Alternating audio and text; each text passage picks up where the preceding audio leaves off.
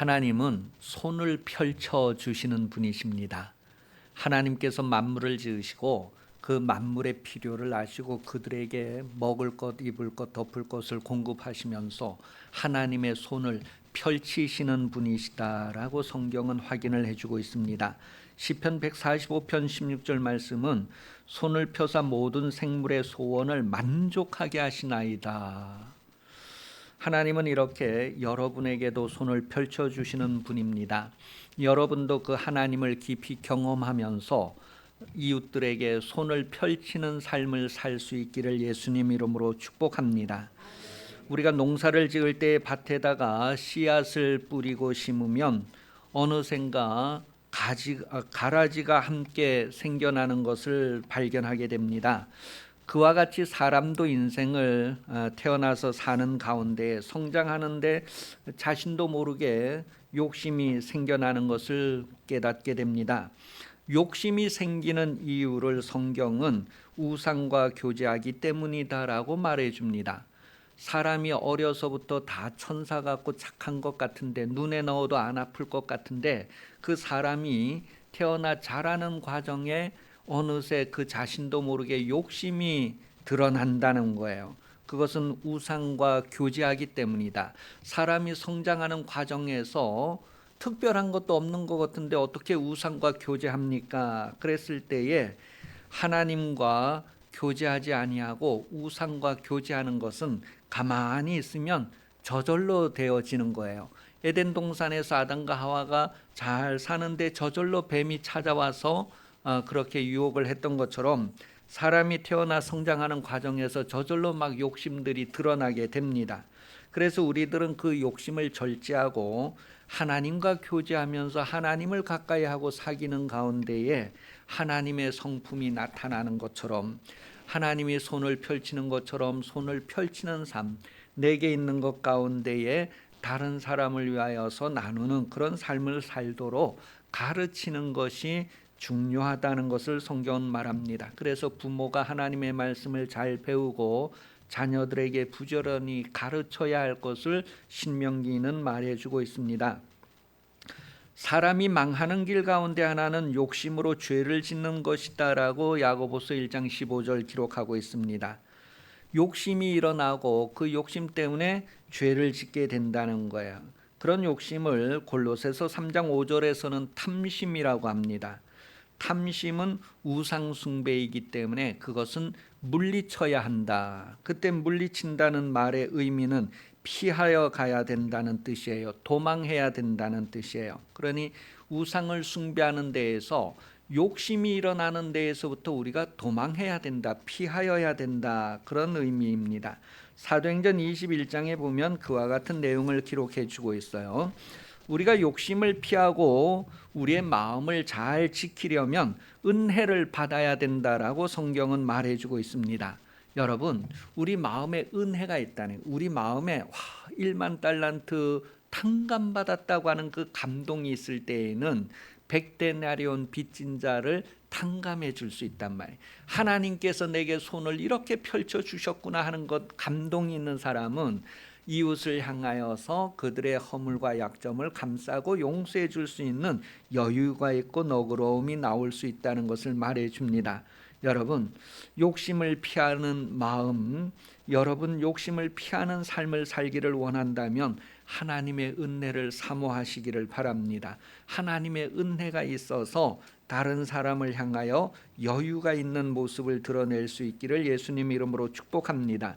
사람이 생명을 얻으려면 탐심이 아니라 하나님께 대하여 부요해야 된다고 성경은 말하고 있습니다. 하나님께 대하여 부요하려면 손을 펼쳐야 된다는 것을 성경은 말합니다. 디모데전서 6장 18절 19절 선을 행하고 선한 사업을 많이 하고 나누어 주기를 좋아하며 너그러운 자가 되게 하라. 이것이 장래에 자기를 위하여 좋은 터를 쌓아 참된 생명을 취하는 것이라. 이 사람이 욕심으로 생명을 얻는 것이 아니라 손을 펼쳐서 생명을 얻는다는 것을 말해줍니다. 이스라엘 백성들이 출애굽할 때의 그 목표는 하나님을 섬기는 것이었습니다. 하나님을 예배하는 것인데 그들이 광야 40년 동안 그들은 하나님을 한 번도 섬긴 적이 없었다라고 오늘 성경 25절 26절 말합니다. 오늘 본문 내용의 25절 26절에 보면 그들이 40년 동안 제사를 드렸는데 하나님께 드린 것이 아니고 우상에게 드린 것이다. 자기의 욕심을 위해서 드렸던 것이다. 그들이 행하는 종교의 모습은 다 자기들 욕심 때문이었다라는 것을 오늘 본문에서 말해줍니다. 그래서 그들이 슬퍼하는 이야기를 오늘 본문 처음부터 시작을 하고 있어요. 여러분, 사람들이 이렇게 우상을 숭배하는 것은 바로 자기 욕심을 따르는 것이다 라고 성경이 말해주고 있어요. 출애굽기 16장 3절에 보면 이스라엘 백성들이 광야에서 그 애굽 땅을 그리워하고 애굽 땅에서의 그 삶을 회상합니다. 욕심 때문이다라는 것을 말해주고 있어요.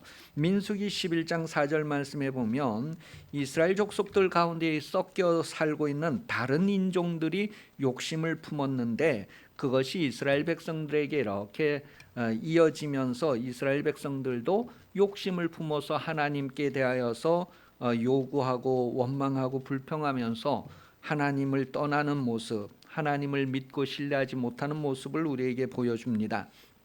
그러한 내용을 시편 106편 14절에서도 이스라엘을 표현할 때 광야에서 욕심을 크게 내며 하나님을 시험했다 그렇게 표현을 해주고 있습니다.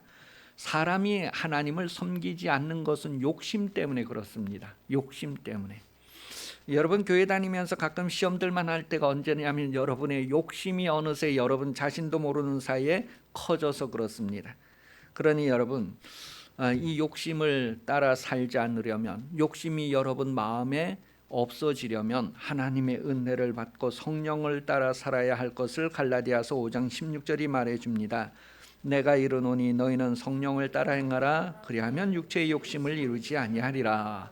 이 육체의 욕심을 따라 살지 않는, 우상을 숭배하지 않는 방법은 성령의 인도함을 받는 것입니다. 성령은 여러분을 하나님의 말씀 가운데로 인도하시는 분이다라고 요한복음 16장 13절 기록하고 있어요. 이렇게 성령의 인도함을 받고 말씀대로 살게 되는 사람에게는 요한복음 15장 5절에서 8절 내용을 보니까 많은 열매를 맺는다라고 표현을 하고 있습니다. 여러분, 예수 안에 거하는 것은 바로 그의 계명을 지키는 것이고 예수 안에 거하는 사람이 열매를 많이 맺는다는 것을 성경은 말합니다. 어떻게 하는 것이 예수 안에 거하는 것입니까? 그렇게 묻는다면 성경은 하나님의 말씀을 지키는 것이다. 하나님 말씀대로 사는 것이 하나님 안에 거하는 것이다 라고 요한복음 15장 10절은 기록하고 있습니다.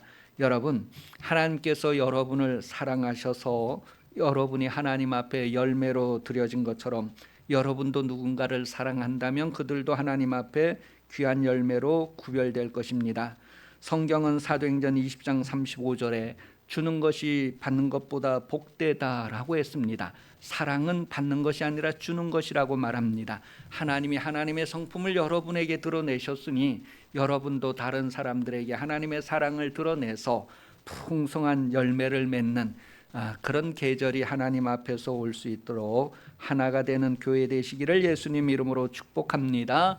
기도하겠습니다. 하나님 아버지, 추수감사절기로 모여 머리 숙이게 하심을 감사합니다. 하나님을 인정하는 삶이 되게 하시고 하나님의 지도를 받는 인생이 되게 하여 주시옵소서. 우리가 가는 길 그 모든 사연들을 지도해 주시고 인도해 주시옵소서. 하나님 앞에 큰 기쁨의 열매를 맺는 인생으로 복되게 하여 주시옵소서. 다시 오시는 예수 그리스도 은혜 베풀어 주시며 하나님 아버지 무한하신 사랑하심 성령 도우심이 추수감사절기 오후 예배 참석하여 머리 숙인 성도들 위해 영원토록 함께 하시기를 간절히 축원하옵나이다. 아멘.